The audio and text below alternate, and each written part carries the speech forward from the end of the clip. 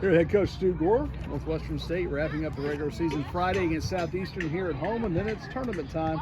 But Stu, let's go back to last weekend. A couple more wins. Now that's 5 in a row. What was behind those 2 wins this past weekend? I think just the grind. I think, and just grinding out results at this point of the year, especially with that trip. It's a long old trip, so. It was just sort of, at this point, it's just, it's a win's a win, and you move on to the next stage. A lot of times you have to overcome adversity to get to the goal you want to.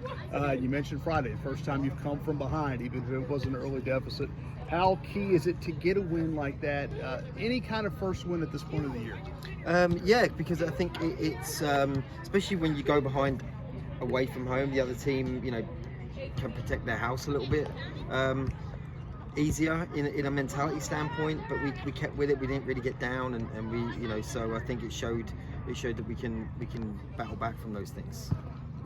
You've seen Southeastern this year playing with a scoreless tie, and it's been a tight series for years and years. What's it going to take to come away with 3 points, especially again when it has been such a tightly defended series? I think it is.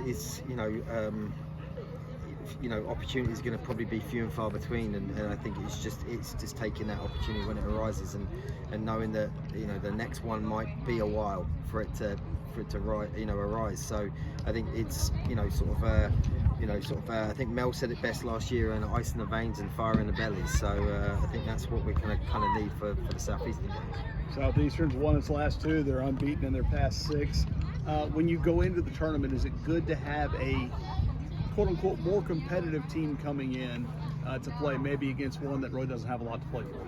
Yeah, I think it can make you maybe get a little bit lackadaisical about things, and but knowing that Southeast is obviously coming in to play for points, 1 point, 3 points, anything can change for them. I think they can go from 3rd to 6, so that's a big jump.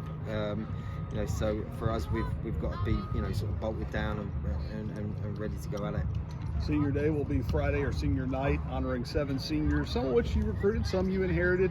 How would you describe the class overall? Oh, they're a great group. They were pretty much my class coming in. They were my guides for everything, and they're a great, group of people as well as individuals. They are. They're super welcoming to all the new players and new coaches, and sort of aren't really stuck in their year group like you find at some other places. So I can't speak highly of all of them.